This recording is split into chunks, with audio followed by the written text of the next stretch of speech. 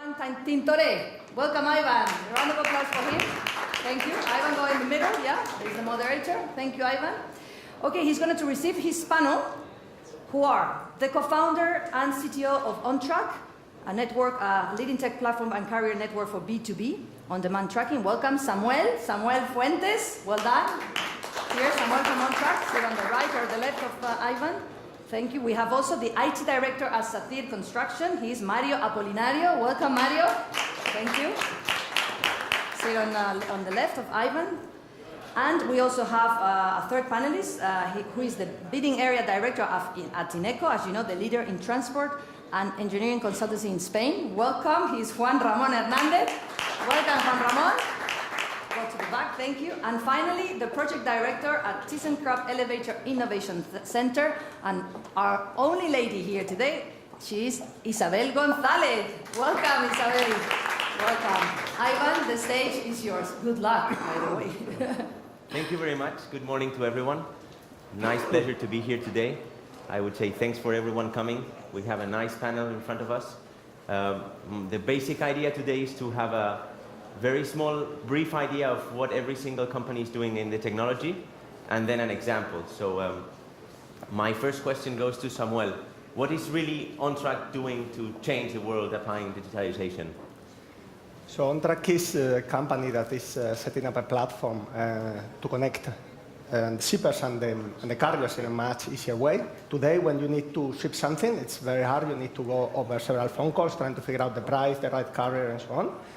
We provide a website where, upon entering your details of the load, you just get the price. If you accept, we send to appropriate carriers, and then we keep you informed all the time, in real time, what's happening with your shipment. Good, thank you. Thank you very much. I would say the next question goes to Thyssen. Thyssen is a huge company, moving people everywhere, horizontally and vertically. We know them for, I would say, two very basic things that we use every single day, elevators, and when we go to airports, we see many connection platforms to go to the airplane. So, Isabel, can you give us a very brief example of what is Thyssen doing to digitalize the world? As you mentioned, we move people. So we have to provide mobility solutions to move people everywhere. And you have to take into account that every day 1,000 million people use an elevator. So we have there installed around 12 million elevators worldwide. You can imagine how difficult it is to maintain them. And so our aim is to provide a better service for our clients and for our customers. So what we are doing now is connecting these elevators to the cloud. So we are using all the data, gathering data, treating them with algorithms, so we are able to predict what's going to happen even before the failure occurs. What happens when something fails is that we have to wait. And there is an average of 190 million hours of waiting time due to downtime in an elevator. That's something similar to 260 centuries every year. So that's a lot. That's a lot. And the problem is that as of today, the technicians only know that something is happening when they get a call. So there's a call from someone that's trapped into the elevator car or from the building manager. And then they have to go to troubleshooting. Our target is to digitalize the elevator company, the elevator industry, and try to do something before something occurs. So this is what we are doing today. And we are using for that, of course, IoT, cloud computing, virtual algorithms to try to solve the issues. Good. After you will explain us the example of Max, I think is the name. Good. On the other side, we have another very big construction company, Sathir, very famous. I would say every Spanish guy should be very proud of the technology being applied. The Panama Canal is one of the biggest infrastructure, I would say, projects done. So can you explain us a little bit, Mario, how technology and digitalization is applied in Sathir? Okay. Sathir, our business is a very traditional business. So we use the tools that makes us more efficient to have the information in real time. So we are using, as an example, apps to acquire information in real time, to make decisions in real time. We are sensorizing things like machines, like people, to know exactly what happens in real time, and using, for instance, drones to make some work for a human will take 2 or 3 days, and with a drone we can do it in 1 hour or 2 hours. So we are using tools to make us more efficient, to save time and money. Okay, very interesting. And last but not least, sorry, Juan from Ineco, also doing a very, very big projects. Possibly another very well-known project is the very fast train AVE to Mecca. There are many other examples, but possibly that is one of the highlights over there. Juan, can you explain us what Ineco is really working out with digitalization? Thank you. We are a publicly owned oil company, but we have a history of being at the forefront of the adoption of new technologies into transport. Transport infrastructures, they are built, big, ugly, expensive, but they are built to last. So you cannot replace them every time there is a new technique. So what we do, and we're trying to do for these years, is trying to adapt the existing infrastructure to the new times. For example, we have developed City Ineco, which is a smart city platform, bringing information from different sensors in the city, but also improving them with our experience in traffic modeling, so that we are able to forecast what is going to happen in the next hours in the city, and not only knowing what is happening now, but being able to assess the actions that you might take and the impact on traffic. So what we do is trying to improve what it exists and trying to make it better. Okay, thank you. Then my next idea is to, I would say, possibly have an overview of what are the 4 companies today doing with technology, but I would like them to explain a really, I would say, example of what you think that the audience can, for example, start using on truck, or if someone got stuck in an elevator, or any type of idea, or Safir with the drones, or any type of example that we think that all our audience today can understand perfectly, so that we are more, I would say, understanding how this technology is being applied on the digitalization. Possibly there's another thing that sometimes we are just reorganizing or thinking in another way how the projects are being developed. It's part of the digitalization to really think how the process management is worked. So sometimes it's just not reinventing the wheel, it's applying the wheel on other things. Internet of Things is one of the big pieces over there. But so, Samuel, can you explain this? Just a good example of how any one of the audience could use on track on a very early or everyday business? Yes, definitely. And as you said, it's very interesting because usually technology goes on top of processes, and it's one of the hardest things usually when you start putting technology is making sure that it fits the processes, that it doesn't fight against the processes. So one thing that we started doing, and it's a good example, is look at the process for how a carrier could get shipments from the customers, and how a customer, a shipper usually, will send them some things. And at the moment we saw they were using like technology, but old technology, namely the phone. So we started looking at that in depth and saying, can we do better? Can we do better with digitalization? And we thought, yes. And we put a very, very simple web page. So if you have a company that needs to move, let's say, 3 pallets from La Nave here to Alcobendas, how would you go about that? So in this case, very simple. You explain your shipment characteristics and just upload it into the web. You will get immediately a price, so you can say yes. If you don't do that, you will need to either go through intermediaries that, again, go one step further, the supply chain, but all via phone, usually. And that way, you put it, you confirm it, and you forget it. And that's a good advantage. Then we have everything digital, and all our truck drivers are using the phone apps and all this technology we are used to. And we are used to that in our daily lives, but we are not so used to that in the cargo sector, in the transportation sector. So that's our big change. So wherever you get, normally when you order, let's say, a Cabify, you get here when you order 5 pallets. So you know when the truck is about to arrive at your premises, so you can optimize. And you know what is even more important, when your shipment was delivered to the final customer, to the end customer. And at that moment, we digitalize the so-called cargo manifest, or proof of delivery, and albarán in Spanish.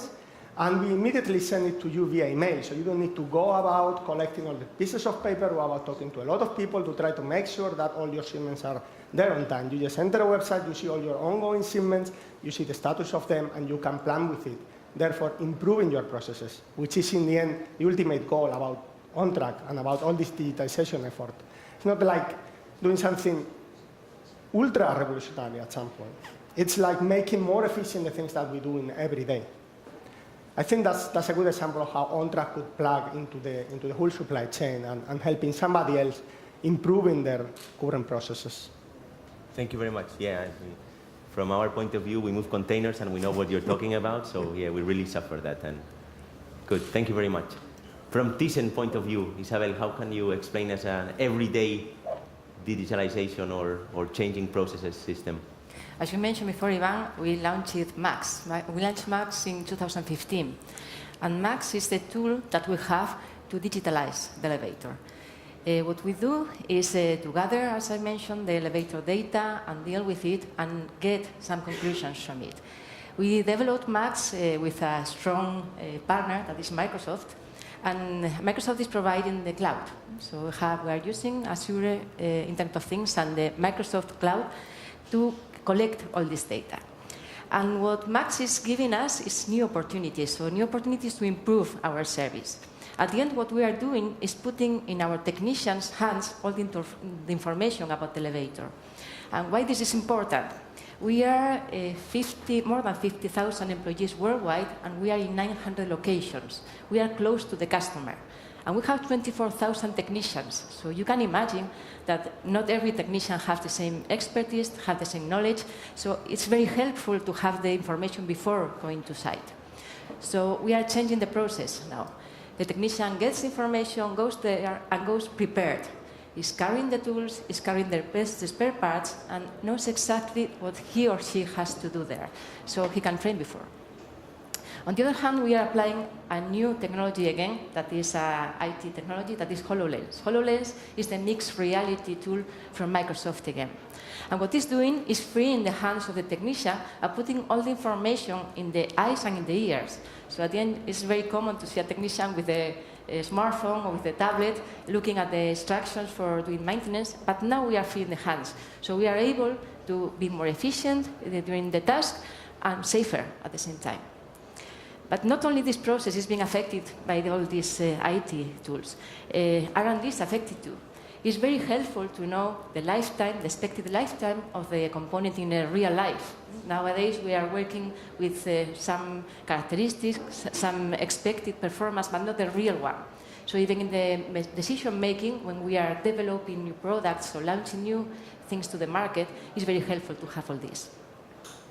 So again, what we are trying to do is to provide better service, provide better experience, because our target is to achieve that the cities are the best place to live ever. So there is a strong commitment from our CEO, from all the company, that is to reduce by 50% the downtime of the elevator. That's a hard task, it's a challenge, but we are almost there. We have now connected 110,000 elevators connected to the cloud already, sending real data in real time in Spain, in the States, in Germany, and in Korea now. Our plan is to increase this number, and at the end, being able to improve our business and improve the experience. Thank you very much. Thank you, Isabel. On the other side, how is Athir doing on an everyday business so that all our audience can understand how you're digitalizing? Okay. I'll give you two examples. We have a partnership with a startup. We are making an app that allows us to communicate in real time, to acquire information from the site where we are working in real time. And for an example, if there is a problem in the site, you can take photos, geolocalized, and we use that information for cost control, for claims, and we do that in real time. So this is an example that we are doing something new. But another example, we are using technology that exists and that allows us to be more efficient, to save time and to save costs. We have, for example, a pickup that which have a scanner, and it scans the roads and allows us to save money in materials, to be more efficient, and to make a better road for everybody. So we have these two examples. That's something we are doing from the scratch, and another thing that we are using technology that exists to be more efficient and to save time and costs. Okay, thank you very much. Juan, can you give us an example of how Ineco is? I can give you a few. Yes, please. Probably SIMA is the easiest to understand, but it's quite similar to those explained by Mario and my colleague from Thyssen, because what we do is that we collect information from maintenance on railway tracks. So we are able to collect all the data digitally to get into the system and to analyze and to predict the maintenance needs. So it's very similar to Thyssen project, although in a different dimension. It is in the same ground always. But for us, the most relevant change has been in the way we work. When we started our first project in BIM, in Building Information Modeling, it was in the UK in 2011, and we learned we were not able to introduce that into Spain. So one of the things we are doing now is helping the Ministry of Fomento, supporting them with the introduction of the BIM standards in Spain. That is not only a matter of licenses or software or IT servers, it's the way we work. We have to work in a collaborative manner, which allows us to bring together the best of all companies. In my personal sector, engineering, we start in the very beginning designing what these guys later construct, and someone else is coming later to maintain that. So if we are able to use the same methodology to keep all the information together, the guy doing the maintenance 20 years after we designed that will know without having to go to some room and check papers and ask someone who probably has died or retired what he did. He will be able to have in a single site all the information and all the changes that we made. Very interesting, very interesting. Thank you. I would say thank you all for all the fantastic explanations. Do you have any type of question, or would you like to ask any of the members here some question? Any doubts? Thank you. 1 second. Thank you. Thank you very much for your presentations. I'm Luis Mendes. I have a question for from Montrach. What are the next technology challenges for you guys when you're trying to connect all the trucks, all the logistics, all the warehouses, everything? What's the next thing regarding technology for you? So for us, we have a couple of challenges from the tech side. So on one side, the most obvious challenge is to be able to have better routing and to be able to predict how many trucks and where they will be needed. So for that, we started using machine learning. We started doing some exercises into having a better demand forecasting, which needs to acknowledge the different typologies of the different trucks. Then another obvious thing, but definitely not easy, is to start connecting the hubs of the different cities and regions with autonomous tracking and try to improve on the efficiency of moving a truck from one place to another. So as you know, probably right now, if you are driving a truck, you have a certain number of hours that you can be driving. And usually this will stop a truck dead in the middle of somewhere. With things like autonomous tracking, there is a next step where you can use but you can enable the truck drivers to only act on the most relevant places, and the long distance where nothing happens or nothing is supposed to happen, this can be easily automatized.